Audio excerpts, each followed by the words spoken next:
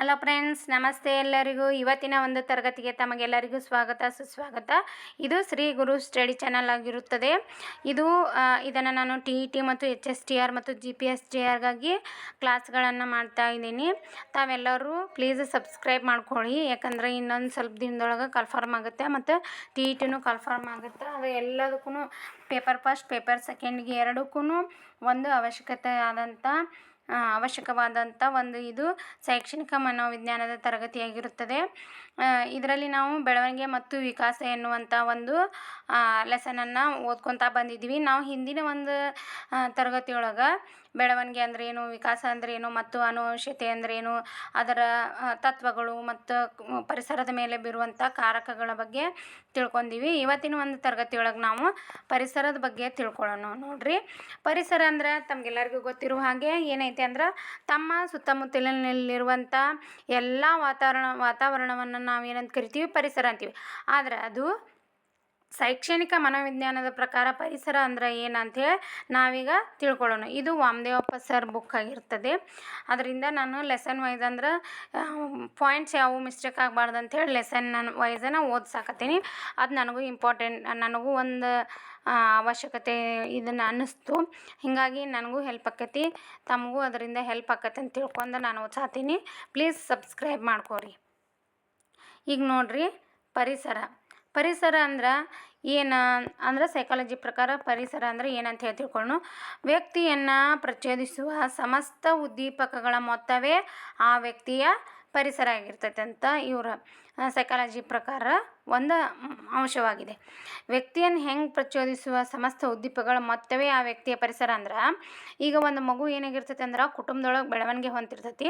ಆ ಕುಟುಂಬದ ಬೆಳವಣಿಗೆ ಅಂದ್ರೆ ಒಂದು ನಂತರ ಅದು ಏನಾಕೈತಿ ಅಂದ್ರೆ ಮೊದಲ ಪ್ರಸವ ಪೂರ್ವ ಅನ್ನುವಂಥ ಹಂತ ಇರ್ತೈತಿ. ಅದಾದಮೇಲೆ ಶೈಶವಾವಸ್ಥೆ, ಬಾಲ್ಯಾವಸ್ಥೆ ಏನು ಇರ್ತೈತಿಲ್ಲ, ಈ ಬಾಲ್ಯಾವಸ್ಥೆ ಬಂದಾಗ ಏನಾಕೈತಿ, ಮಗು ಏನಾಕೈತಿ ಅಂದ್ರೆ ಪರಿಸರದೊಂದಿಗೆ ಹೊಂದಾಣಿಕೆ ಮಾಡುವಂಥ ಅವಶ್ಯಕತೆಗಳನ್ನು ಅದೇನಾಕೈತಿ ಹೆಚ್ಚು ಮಾಡ್ಕೊತಾ ಹೋಗೈತಿ. ಈಗ ಒಂದು ಮಗು ಸ್ಕೂಲಿಗೆ ಹೋಗಿರ್ತೈತಿ. ಸ್ಕೂಲಿಗೆ ಹೋಗ್ಬೇಕಂದ್ರೆ ಅದೇನು ತನ್ನ ಸಹಪಾಠಿಗಳು ಹೆಂಗೆ ಇರ್ತಾರೆ, ಅವ್ರದ್ದು ಹೆಂಗೆ ವಾತಾವರಣ ಏನಿರ್ತೈತಿ, ಅದೆಲ್ಲನೂ ಬೌದ್ಧಿಕವಾಗಿ ಅದು ಜ್ಞಾನಾತ್ಮಕವಾಗಿ ಅದು ವಿಕಾಸ ಮಾಡ್ಕೊತಾನೆ ಹೋಗೈತಿ. ಆ ಎಲ್ಲ ಏನು ಅಂಶಗಳದಾವಲ್ಲ ಅವೆಲ್ಲವೂ ಏನು ವಿಕಾಸ ಆಗೋಕೆ ಅವಶ್ಯಕತೆ ಆದಂಥ ಏನು ಪರಿಸರದ ಅಂಶಗಳು ಏನು ಮಗುವಿನ ಮೇಲೆ ಪ್ರಭಾವ ಬೀರ್ತಾವಲ್ಲ ಅವಕ್ಕೆಲ್ಲದಕ್ಕೂ ಏನಂತ ಕರೀತಾರೆ, ಉದ್ದೀಪಕಗಳು. ಪರಿಸರದ ಉದ್ದೀಪಕಗಳ ಒಂದು ಮೊತ್ತವೇ ಏನದು ಆ ವ್ಯಕ್ತಿಯ ಪರಿಸರ. ಆ ವ್ಯಕ್ತಿಯನ್ನು ಪ್ರಚೋದಿಸುವ ಸಮಸ್ತ ಉದ್ದೀಪಕಗಳ ಮೊತ್ತವೇ ಆ ವ್ಯಕ್ತಿಯ ಪರಿಸರ ಆಗಿರ್ತದೆ.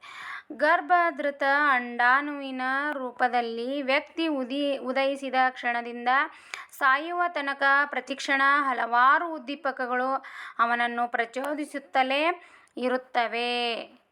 ನೋಡ್ರಿ, ಒಬ್ಬ ವ್ಯಕ್ತಿ ಅದನ್ನಲ್ಲ, ಒಂದು ಗರ್ಭದೊಳಗೆ ಏನು ಮಗು ಭ್ರೂಣ ಆದಾಗ ಅವಾಗಿಂದ ಹಿಡ್ಕೊಂಡು ಆ ವ್ಯಕ್ತಿ ಉದಯಿಸಿದ ಕ್ಷಣದಿಂದನೇ ಸಾಯೋ ತನಕ ಏನು ನಡೀತಿರ್ತಾವಲ್ಲ ಅವು ಎಲ್ಲವೂ ಕೂಡ ಏನು ಈ ಉದ್ದೀಪಕಗಳು ಅವನನ್ನು ಪ್ರಚೋದಿಸುತ್ತಲೇ ಇರ್ತಾವೆ. ಅಂದ್ರೆ ಏನಂದ್ರೆ ಇದು ಏನು ಪರಿಸರ ಐತಲ್ಲ, ಏನು ಮಗು ಒಂದು ತಾಯಿ ಗರ್ಭದೊಳಗೆ ಜನನ ತಾಳಾಕತ್ತೈತಿ, ಆವಾಗಿಂದ ಏನಾಕೈತಿ ಪರಿಸರದ ಪ್ರಭಾವ ಪ್ರಾರಂಭ ಆಗ್ತೈತಿ. ಅಲ್ಲಿಂದ ಆ ವ್ಯಕ್ತಿಯಾಗಿ ಒಂದು ಏನು ವಯಸ್ಸು ಆದ್ರೂ ಸಹಿತ ಆಮೇಲೆ ಸಾಯೋ ತನಕನೂ ಇದು ಏನಾಕೈತಿ ಪರಿಸರ ಅನ್ನೋದು ಒಬ್ಬ ವ್ಯಕ್ತಿಯನ್ನು ಪ್ರಚೋದಿಸುತ್ತಲೇ ಅದ್ರ ಮೇಲೆ ಸಾಕಷ್ಟು ಪ್ರಭಾವವನ್ನು ಬೀರ್ತೈತಿ. ನೆಕ್ಸ್ಟ್ ನೋಡ್ರಿ, ಪರಿಸರವು ಭೌತಿಕ, ಮಾನಸಿಕ, ಸಾಮಾಜಿಕ, ನೈತಿಕ, ಆರ್ಥಿಕ, ಸಾಂಸ್ಕೃತಿಕ ಹಾಗೂ ಸಂವೇಗಾತ್ಮಕ ಅಂಶಗಳನ್ನು ಒಳಗೊಂಡಿದೆ. ಪರಿಸರ ಏನೇನು ಒಳಗೊಂಡೈತ್ರಿ? ಭೌತಿಕ, ಮಾನಸಿಕ, ಸಾಮಾಜಿಕ, ನೈತಿಕ, ಆರ್ಥಿಕ, ಸಾಂಸ್ಕೃತಿಕ ಹಾಗೂ ಸಂವೇಗಾತ್ಮಕ ಅಂಶಗಳನ್ನು ಒಳಗೊಂಡೈತಿ. ನೆಕ್ಸ್ಟ್ ನೋಡ್ರಿ,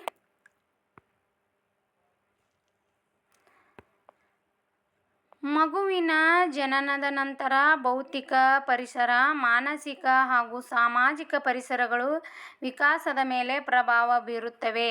ಮಗುವಿನ ಜನನದ ನಂತರ ಏನಾಕೈತಿ ಅಂದ್ರೆ ಭೌತಿಕ, ಮಾನಸಿಕ ಹಾಗೂ ಸಾಮಾಜಿಕ ಪರಿಸರಗಳು ವಿಕಾಸದ ಮೇಲೆ ಏನಾಕೈತಿ ಅಂದ್ರೆ ಪ್ರಭಾವ ಬೀರ್ತೈತಿ. ಒಂದು ಮಗು ಇರ್ತೈತಿ, ಅದು ಏನಾಕೈತಿ ಅಂದ್ರೆ ಅದು ಮಾನಸಿಕವಾಗಿರ್ಬೋದು, ಸಾಮಾಜಿಕವಾಗಿರ್ಬೋದು, ಭೌತಿಕವಾಗಿರ್ಬೋದು, ಅದರ ಎಲ್ಲ ಪ್ರತಿಯೊಂದು ವಿಕಾಸ ಆಗ್ಬೇಕಂದ್ರೆ ಈ ಪರಿಸರ ಏನೈತಿ ಪ್ರಮುಖ ಕಾರಣವಾಗಿದೆ.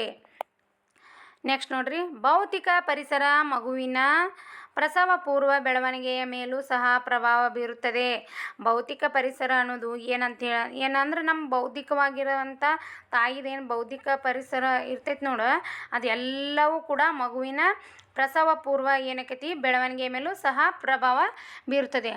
ಒಂದು ಶ್ರೀಕೃಷ್ಣ ಮತ್ತು ಇವ್ರದ್ದು ಕತೆ ಐತಿ ಗೊತ್ತಲ್ರಿ, ಅಭಿಮನ್ಯು ಅವ್ರ ತಾಯಿ ಹೊಟ್ಟೆಯೊಳಗಿರ್ತಾನ, ಕೃಷ್ಣ ಏನಾಗಿರ್ತಾನ ಮುಂದೆ ಕತೆ ಹೇಳ್ಕೊತ ಅವ ಏನು ರಥದ ಸಾರಥಿಯಾಗಿ ಹೋಗಿರ್ತಾನ. ಆ ಟೈಮ್ ಒಳಗೆ ಆ ಕತೆ ಹೇಳುವಾಗ ಮಗು ಹ್ಞೂ ಹ್ಞೂ ಹ್ಞೂ ಅಂತಿರ್ತೈತಂತ ಒಳಗೆ ಅಭಿಮನ್ಯು. ಅದರ ಇದನ್ನ ಆ ಪ್ರಕಾರ ಏನಾಕೈತೆ ಅಂದ್ರೆ ಮಗು ಏನು ಒಂದು ಭ್ರೂಣ ಆಗಿರ್ತೈತಿ ಅವಾಗಿಂದನೇ ಭೌತಿಕ ಪರಿಸರಗಳು ಎಲ್ಲವೂ ಏನಾಕೈತೆ ಅಂದ್ರೆ ಆ ಮಗುವಿನ ಮೇಲೆ ಪ್ರಭಾವವನ್ನು ಬೀರ್ತೈತಿ. ಅದರ ಥರನ ಮಗು ಏನಕ್ಕೈತಿ ಬೆಳವಣಿಗೆ ಹೊಂತ ಬರ್ತೈತಿ. ಮಗುವಿನ ಪ್ರಸವ ಪೂರ್ವ ವಿಕಾಸದ ಮೇಲೆ ಏನಾಕೈತಿ ರೀ ಪರಿಸರದ ಅಂಶಗಳು ಪ್ರಭಾವ ಬೀರ್ತಾವೆ. ಪರೋಕ್ಷ ಪ್ರಭಾವ ಬೀರುತ್ತವೆ. ಮಗುವಿನ ವಿಕಾಸದ ಮೇಲೆ ಭೌತಿಕ ಪರಿಸರ ಮತ್ತು ಏನಾಕೈತೆ ಅಂದ್ರೆ ಪರೋಕ್ಷವಾಗಿರ್ತೈತಿ. ಯಾಕಂದ್ರೆ ಮಗು ಅದು ಏನಾಗಿರ್ತೈತೆ ಅಂದ್ರೆ ಇನ್ನು ಈ ಪ್ರಸವ ನಂತರ ಏನಾಕೈತಿ ಅದು ಪ್ರತ್ಯಕ್ಷ ಪ್ರಭಾವ ಆಕೈತಿ. ಮಗು ಇನ್ನೂ ಅದು ಜನನ ಆಗಿರಂಗಿಲ್ಲ, ಆವಾಗ ಬೀರುವಂಥ ಭೌತಿಕ ಪರಿಸರಕ್ಕೆ ನಾವೇನಂತ ಕರಿತೀವಿ ಅಂತಂದ್ರೆ ಅದಕ್ಕೆ ಭೌತಿಕ ಪರಿಸರ ಅಂಥೇಳಿ ಪರಿಸರದ ಅಂಶಗಳು ಅಂಥೇಳಿ ಕರಿತೀವಿ. ತಾಯಿ ಗರ್ಭಧಾರಣ ಅವಧಿಯಲ್ಲಿ ತೆಗೆದುಕೊಳ್ಳುವ ಆಹಾರ, ಔಷಧಿಗಳು, ಅವಳ ನರಳಿದ ಕಾಯಿಲೆಗಳು ಮತ್ತು ಅವಳ ಹೊಂದಿರುವ ಮನಸ್ಥಿತಿ ಮಗುವಿನ ಮೇಲೆ ಪ್ರಭಾವ ಬೀರುತ್ತವೆ. ನೋಡ್ರಿ, ಏನಕ್ಕಂದ್ರೆ ಮಗು ಗರ್ಭದೊಳಗೆ ಇರುವಾಗ ಏನು ತಾಯಿ ಯಾವ ಥರ ತನ್ನ ಹಾವಭಾವಗಳನ್ನು ಇದನ್ನು ಮಾಡ್ತಾಳೆ, ಮತ್ತು ಹೊಳ್ಳಿ ಅವ್ರು ಯಾವ ಥರ ಊಟವನ್ನು ಮಾಡ್ತಾರೆ, ಉಪಚಾರವನ್ನು ಮಾಡ್ತಾರೆ, ಮತ್ತು ಅವ್ರು ಯಾವ ಥರ ಯಾವ್ಯಾವ ಕಾಯಿಲೆಗಳನ್ನು ಅನುಭವಿಸ್ತಾರೆ, ಅದೆಲ್ಲವೂ ಕೂಡ ಮಗುವಿನ ಮನಸ್ಥಿತಿಯ ಬೆಳವಣಿಗೆ ಮೇಲೆ ಪ್ರಭಾವ ಬೀರ್ತೈತಿ. ಅದಕ್ಕಾಗಿ ಯಾವಾಗಲೂ ಏನಂದ್ರೆ ಗರ್ಭಧರಿಸಿದಾಗ ತಾಯಿ ಆರೋಗ್ಯವಾಗಿರಬೇಕು ಅಂಥೇಳಿ ಎಲ್ಲರೂ ದೊಡ್ಡವ್ರು ಹೇಳ್ತಾರೆ.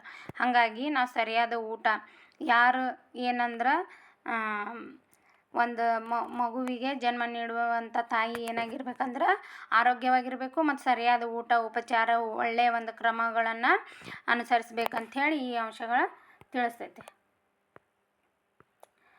ಈಗ ನೋಡ್ರಿ ನೆಕ್ಸ್ಟ್, ಮಗು ಜನಿಸಿದ ನಂತರ ಮನೆಯ ಪರಿಸರದಲ್ಲಿರುವ ಹಲವಾರು ಅಂಶಗಳು ಅವನ ವಿಕಾಸದ ಮೇಲೆ ಪ್ರಭಾವ ಬೀರುತ್ತವೆ.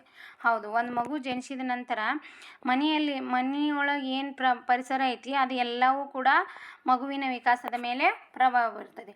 ಹವಾಗುಣ, ಕೊಠಡಿಯ ಕತ್ತಲೆ, ಸ್ಥಳದ ಭೌಗೋಳಿಕ ಸ್ಥಿತಿ, ಆಹಾರ, ಪೋಷಣೆ ಮತ್ತು ಭೌತಿಕ ಸೌಲಭ್ಯಗಳು ಮಗುವಿನ ಜನನಾನಂತರದ ವಿಕಾಸದ ಮೇಲೆ ಪ್ರಭಾವ ಬೀರುತ್ತದೆ. ಹೌದು, ಇವೆಲ್ಲವೂ ಏನಂತ ಕರಿತೀವಿ ಅಂದ್ರೆ ಇವು ಪ್ರತ್ಯಕ್ಷ ಪರಿಸರದ ಪ್ರಭಾವ ಅಂಥೇಳಿ ಅನ್ಕೋಬೇಕು ನಾವು. ಯಾಕಂದ್ರೆ ಮಗು ಏನಾಕೈತೆ ಅಂದ್ರೆ ಗರ್ಭದೊಳಗಿದ್ದಾಗ ಅದು ಒಂದು ಇದನ್ನೇ ಇರ್ತೈತೆ, ಅದು ಪರೋಕ್ಷ ಪ್ರಭಾವ ಇರ್ತೈತಿ. ಮಗು ಒಂದು ಇದಕ್ಕೆ ಬಂದಾಗ ಹೊರಗೆ ಜನನ ಆದ ನಂತರ ಅದೆಲ್ಲನೂ ಅನುಭವಿಸ್ತಿರ್ತೈತಿ. ಅಲ್ಲಿರುವಂಥ ಏನು ಭೌಗೋಳಿಕ ಸ್ಥಿತಿ ಐತಿ, ಆಮ್ಯಾಗ ಆಹಾರ ಹೆಂಗೈತಿ, ಪೋಷಣೆ ಮತ್ತು ಭೌತಿಕ ಸೌಲಭ್ಯಗಳು ಮಗುವಿನ ಜನನ ನಂತರ ವಿಕಾಸ ಮೇಲೆ ಸಾಕಷ್ಟು ಪ್ರಭಾವವನ್ನು ಬೀರ್ತೈತಿ. ಈಗ ನೋಡ್ರಿ, ಬೌದ್ಧಿಕ ಪರಿಸರ ವ್ಯಕ್ತಿಯ ಬೌದ್ಧಿಕ ವಿಕಾಸಕ್ಕೆ ಅಗತ್ಯವಾದ ವಾತಾವರಣವನ್ನು ಬೌದ್ಧಿಕ ಪರಿಸರ ಎನ್ನುವರು. ನೋಡ್ರಿ, ಬೌದ್ಧಿಕ ಪರಿಸರ ಅಂದ್ರೆ ವ್ಯಕ್ತಿಯ ಬೌದ್ಧಿಕ ವಿಕಾಸಕ್ಕೆ ಅಗತ್ಯವಾದ ವಾತಾವರಣವನ್ನು ಬೌದ್ಧಿಕ ಪರಿಸರ ಎನ್ನುವರು. ಅಂದ್ರೆ ತನ್ನ ಜ್ಞಾನಕ್ಕೆ ಸಂಬಂಧಪಟ್ಟಂಥ ಏನು ಪರಿಸರದ ಅಂಶಗಳದಾವು ಆ ವಾತಾವರಣದೊಳಗೆ ಬೀರುವಂಥ ಎಲ್ಲ ಬೌದ್ಧಿಕ ಜ್ಞಾನಾತ್ಮಕ ಪರಿಸರಕ್ಕೆ ನಾವೇನಂತ ಕರಿತೀವಿ, ಬೌದ್ಧಿಕ ಪರಿಸರ ಅಂಥೇಳಿ ಕರಿತೀವಿ. ಮಗುವಿನ ಬೌದ್ಧಿಕ ವಿಕಾಸಕ್ಕೆ ಸಹಾಯಕವಾಗುವ ಎಲ್ಲ ಅಂಶಗಳನ್ನು ಒಟ್ಟಾಗಿ ಬೌದ್ಧಿಕ ಪರಿಸರ ಎನ್ನುವರು. ನೋಡ್ರಿ, ಬೌದ್ಧಿಕ ಪರಿಸರ ಅಂದ್ರೆ ಮಗುವಿನ ಬೌದ್ಧಿಕ ವಿಕಾಸಕ್ಕೆ ಸಹಾಯಕವಾಗುವಂಥ ಎಲ್ಲ ಅಂಶಗಳನ್ನು ಒಟ್ಟಾಗಿ ಬೌದ್ಧಿಕ ಪರಿಸರ ಎನ್ನುವರು. ಉದಾಹರಣೆಗೆ ಮಗು ಏನು ಮಾಡ್ತೈತಿ, ಮೊದಲದು ಎದ್ದು ಕುಂದ್ರಾಕ ಪ್ರಯತ್ನ ಮಾಡ್ತೈತಿ. ಆಮೇಲೆ ಏನಾಕೈತಿ ಸ್ವಲ್ಪ ದಿನ ಆದಮೇಲೆ ತೆವಳೋದು, ಫಸ್ಟ್ ತೆವಳೋದು, ಆಮೇಲೆ ಕುಂದ್ರೋದು, ಆಮೇಲೆ ಏನಾಕೈತಿ ಅಂದ್ರೆ ಅದು ಹಂಗೆ ನಿಧಾನವಾಗಿ ಎದ್ದು ನಿಂತ್ಕೊಂಡು ನಡೆಯೋದು. ಹಿಂಗೆ ಒಂದೊಂದು ಸ್ಟೆಪ್ ಬೈ ಸ್ಟೆಪ್ ಅದೇನು ಕಲಿತಾ ಹೋಗ್ತೈತಿ. ಮತ್ತು ಅಷ್ಟು ಅಲ್ದನ ಅದು ಏನು ಮಾಡ್ತೈತೆ ಅಂದ್ರೆ ಮಗು ಅಲ್ಲಿ ಏನು ಮನೆಯೊಳಗಿನ ಏನು ಸದಸ್ಯರು ಇರ್ತಾರಲ್ಲ ಅವ್ರನ್ನೆಲ್ಲ ಮಾತನಾಡುವಂಥ ವಾತಾವರಣವನ್ನು ಆಲಿಸ್ತೈತಿ. ಅವ್ರ ಭಾಷೆಯನ್ನು ಏನಾಕೈತಿ ಅದು ಆಲಿಸ್ಕೊತ ಬರ್ತೈತಿ. ಇದು ಏನಾಕೈತಿ ಅಂದ್ರೆ ಉದಾಹರಣೆ ಆಕೈತಿ. ಇದು ಬೌದ್ಧಿಕ ಪರಿಸರಕ್ಕೆ ಉದಾಹರಣೆ ಯಾವುದಪ್ಪ ಅಂದ್ರೆ ಮಗು ಏನು ಮನೆಯ ಕುಟುಂಬದ ಏನು ಪರಿಸರದಲ್ಲಿರುವಂಥ ಏನು ಕುಟುಂಬದವ್ರ ಸದಸ್ಯರು ಎಲ್ಲರೂ ಮಾತನಾಡುವುದನ್ನು ಆಲಿಸುವುದು ಏನಾಕತ್ತಿದು ಜ್ಞಾನಾತ್ಮಕವಾಗಿರುತ್ತದೆ. ಮಗುವಿಗೆ ಬೌದ್ಧಿಕ ಪ್ರಚೋದನೆ ಮನೆಯಿಂದಲೇ ಪ್ರಾರಂಭವಾಗುತ್ತದೆ. ನೋಡ್ರಿ, ಮಗುವಿಗೆ ಬೌದ್ಧಿಕ ಪ್ರಚೋದನೆ ಯಾವುದರಿಂದ ಪ್ರಾರಂಭವಾಗುತ್ತದೆ? ಮನೆಯಿಂದಲೇ ಪ್ರಾರಂಭವಾಗುತ್ತದೆ. ಮಗುವಿನ ಬೌದ್ಧಿಕ ವಿಕಾಸ ಪೋಷಕರು ಒದಗಿಸಿಕೊಡುವ ತರಬೇತಿ ಮತ್ತು ಅನುಭವಗಳ ಮೇಲೆ ಅವಲಂಬಿಸಿರುತ್ತದೆ. ನೋಡ್ರಿ, ಮಗುವಿನ ಬುದ್ಧಿ ವಿಕಾಸ ಹೆಂಗೆ ಆಕೈತಂದ್ರೆ ನಾವು ಏನು ಪೋಷಕರು ಅದೀವಲ್ಲ ಸರಿಯಾಗಿ ತರಬೇತಿ ಮತ್ತು ಅನುಭವಗಳನ್ನು ಹೇಳ್ಕೊತ. ಯಾಕಂದ್ರೆ ಮಗು ಅಂದ್ರೆ ಅದು ಫಸ್ಟಿಗೆ ಏನಾಗಿರ್ತೈತೆ ಒಂದು ಬಿಳಿ ಹಾಳೆ ಇದ್ದಂಗೆ ಇರ್ತೈತೆ. ಅದಕ್ಕೆ ನಾವು ಪೋಷಕರಾದವ್ರು ಏನು ಮಾಡಬೇಕು, ಸರಿಯಾದ ಮಾರ್ಗ ಮತ್ತು ತರಬೇತಿ ಮತ್ತು ಆ ಅನುಭವಗಳನ್ನೆಲ್ಲನೂ ಅದಕ್ಕೆ ನಾವು ತಿಳಿಸ್ಕೊಡ್ತಾ ಹೋದಂಗೆಲ್ಲ ಅದು ಏನಾಕೈತಿ ಇಂಪ್ರೂವ್ಮೆಂಟ್ ಆಕ್ಕೊಂತನ ಹೋಗ್ತೈತಿ. ಏನಂದ್ರೆ ಎಲ್ಲವೂ ಕೂಡ ಯಾವುದ್ರೊಳಗೆ ಆಕೈತಿ ಅಂದ್ರೆ ಪರಿಸರದೊಳಗನ ಆಕೈತಿ. ಮಗುವಿಗೆ ಗೊಂಬೆಗಳ ಜೊತೆಗೆ ಆಟವಾಡಲು ಸಿಗುವ ಅವಕಾಶ ಮತ್ತು ಉಳಿದ ಆಟದ ಸನ್ನಿವೇಶಗಳು ಮತ್ತು ಬೌದ್ಧಿಕ ವಿಕಾಸಕ್ಕೆ ಕಾರಣವಾಗುತ್ತವೆ. ನೋಡ್ರಿ, ಮಗುವಿನ ಜೊತೆ ಫಸ್ಟ್ ಏನಾಕೈತೆ ಅಂದ್ರೆ ಗೊಂಬೆ ಆಟ ಆಡೋಕೆ ಅವಕಾಶ ಸಿಗ್ತೈತಿ. ನಂತರ ಉಳಿದ ಆಟದ ಸನ್ನಿವೇಶಗಳು ಬೌದ್ಧಿಕ ವಿಕಾಸಕ್ಕೆ ಕಾರಣ ಆಕೈತಿ. ಭೌತಿಕ ಮತ್ತು ಸಾಮಾಜಿಕ ಮಗು ನೋಡ್ರಿ ಏನಂದ್ರೆ ಗೊಂಬೆ ಜೊತೆ ಆಡುವುದು ಆಟ ಯಾವುದಕ್ಕೆ ಸಂಬಂಧಪಟ್ಟೈತೆ ಅಂತ ಕ್ವಶನ್ ಕೇಳಿದ್ರೆ ಅದು ಬೌದ್ಧಿಕ ವಿಕಾಸಕ್ಕೆ ಸಂಬಂಧಪಟ್ಟೈತಿ. ಭೌತಿಕ ಮತ್ತು ಸಾಮಾಜಿಕ ನೈಜತೆಯ ಪರಿಕಲ್ಪನೆಗಳು ಮನೆಯಿಂದ ಪ್ರಾರಂಭವಾಗುತ್ತವೆ.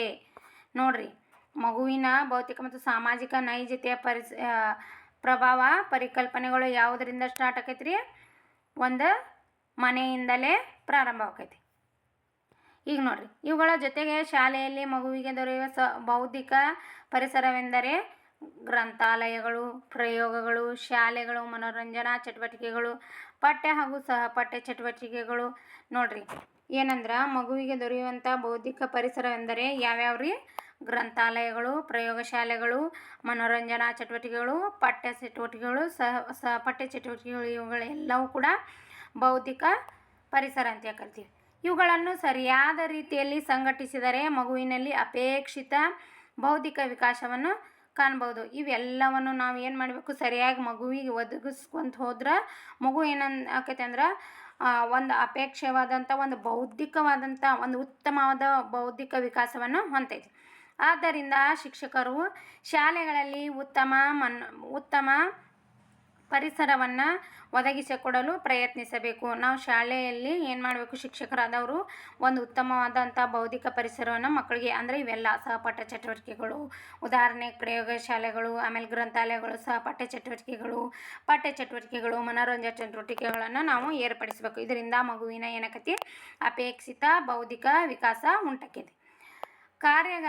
ಪ್ರಯತ್ನಿಸಬೇಕು. ಕಾರ್ಯಾಗಾರಗಳು, ವಸ್ತು ಸಂಗ್ರಹಾಲಯಗಳು, ನಾಟಕ ಮತ್ತು ಮನೋರಂಜನಾ ಸಂಘಗಳು, ಚರ್ಚಾ ಸ್ಪರ್ಧೆಗಳು, ವಿಚಾರಗೋಷ್ಠಿ ಮತ್ತು ಯೋಜನಾ ಕಾರ್ಯಗಳು ಮುಂತಾದವುಗಳನ್ನು ಪ್ರೋತ್ಸಾಹಿಸಬೇಕು. ನೋಡ್ರಿ, ಅಂದ್ರೆ ಇದಷ್ಟೇ ಅಲ್ದನ ನಾವೇನು ಮಾಡಬೇಕು, ವಸ್ತು ಸಂಗ್ರಹಾಲಯಗಳನ್ನು ನಿರ್ಮಾಣ ಮಾಡಬೇಕು, ಅವರಿಗೆ ತೋರಿಸ್ಬೇಕು. ಆಮ್ಯಾಗ ನಾಟಕ ಮತ್ತು ಮನೋರಂಜನಾ ಸಂಘಗಳನ್ನು ಏರ್ಪಡಿಸಬೇಕು, ಚರ್ಚಾ ಸ್ಪರ್ಧೆಗಳನ್ನು ಏರ್ಪಡಿಸಬೇಕು, ವಿಚಾರಗೋಷ್ಠಿಯನ್ನು ಏರ್ಪಡಿಸಬೇಕು ಮತ್ತು ಯೋಜನಾ ಕಾರ್ಯಗಳನ್ನು ಏರ್ಪಡಿಸಬೇಕು. ಇಂಥವು ಎಲ್ಲವನ್ನು ಮಾಡುವುದರಿಂದ ಏನಾಕೈತಿ, ಮಗುವಿನ ಒಂದು ವಿಕಾಸ ಏನಾಕೈತಿ, ಬೌದ್ಧಿಕ ವಿಕಾಸ ಬೆಳವಣಿಗೆ ಹೊಂದ್ತಾ ಹೋಗ್ತೈತಿ. ಇವತ್ತಿನ ಒಂದು ತರಗತಿಯಲ್ಲಿ ನಾನು ಇಷ್ಟ ಹೇಳಿ ನಾನು ಮುಗಿಸ್ತೀನಿ. ತರಗತಿ ತಮಗೆಲ್ಲರಿಗೂ ಇಷ್ಟ ಆದರೆ ಸಬ್ಸ್ಕ್ರೈಬ್ ಮಾಡ್ಕೊಳ್ಳಿ ಪ್ಲೀಸ್. ಚಾನಲನ್ನು ಶೇರ್ ಮಾಡಿ ಮತ್ತು ಕಮೆಂಟ್ ಮಾಡಿ. ನಾವು ಮುಂದಿನ ಒಂದು ತರಗತಿಯೊಳಗೆ ಏನು ನೋಡೋಣ ಅಂದ್ರೆ ಸಾಮಾಜಿಕ